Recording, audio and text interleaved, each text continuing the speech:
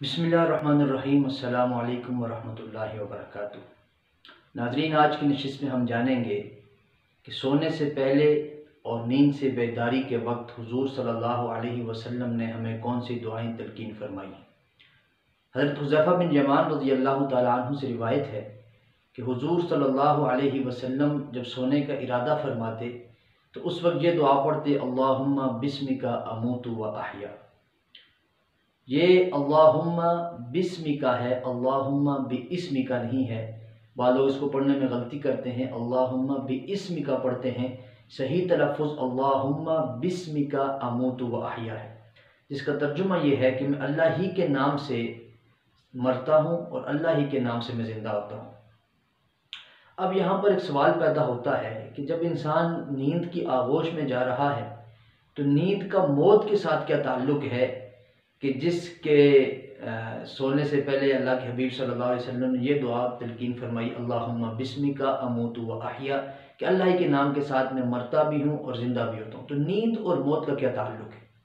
تو اگر اسلامی تعلیمات کو دیکھا جائے اور نیند کے حوالے سے اسلام کا نظریہ، اسلام کا فلسفہ جاننے کی کوشش کی جائے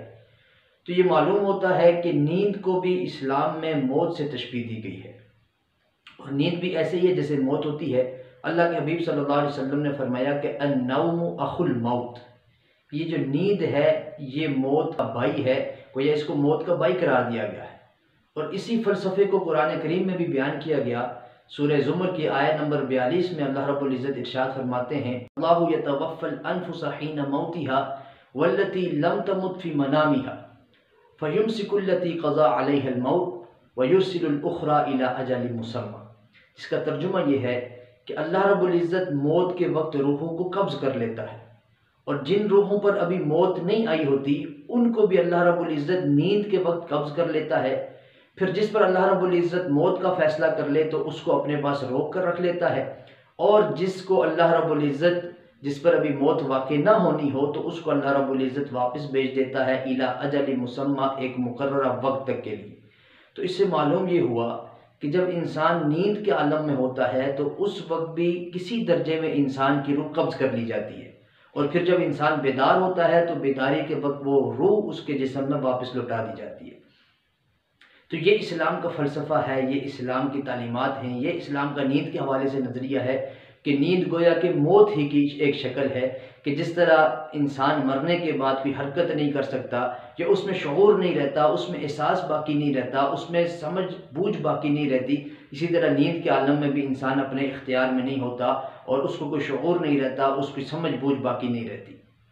تو اس وجہ سے اللہ کے حبیب صلی اللہ علیہ وسلم نے اور اسلام نے یہ تعلیم ارشاد فرمائی ہے کہ جب انسان موت کی اور اس نیند کی آغوش میں جانے لگے تو اللہ رب العزت ہی کا نام لے کر اپنے آپ کو اللہ رب العزت کے سپرد کر دے، اور جب انسان نیند سے بیدار ہو تو اس وقت یہ دعا سکھلائی ہے، الحمدللہ الذی احیانا بعدما اماتنا والیہ النشور، جس کا ترجمہ یہ ہے کہ تمام تعریفیں اللہ ہی کے لیے ہیں، الذی احیانا، کہ جس نے ہمیں زندگی عطا فرمائی، جس نے ہمیں زندہ کیا، بعدما اماتنا، بعد اس کے کہ اللہ رب العزت نے ہم پر موت طاری فرما دی تھی، وَإِلَيْهِ النُّشُورُ، اور لوٹ کر اللہ ہی کی طرف جانا ہے۔ یعنی جو وقتی اللہ رب العزت نے ہم پر موت طاری کی تھی، عارضی موت، تو اس سے اللہ رب العزت نے ہمیں واپس زندگی عطا فرمائی ہے، اور حیات کی نعمت، زندگی کی نعمت عطا فرمائی ہے، تو اس پر انسان اللہ رب العزت کا شکر ادا کرتا ہے۔